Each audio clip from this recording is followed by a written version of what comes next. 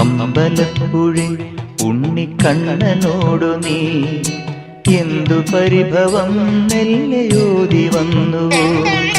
കൽവിളക്കുകൾ പാതി മിന്നി നിൽക്കവേ എന്തു നൽകുവാൻ എന്നെ കാത്തു നിന്നു നീ.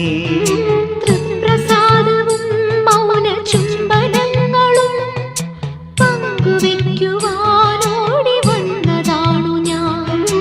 രാഗചന്ദനം നിന്റെ നെറ്റിയിൽ തൊടാൻ ഗോപകന്യയായോടി വന്നതാണു ഞാൻ.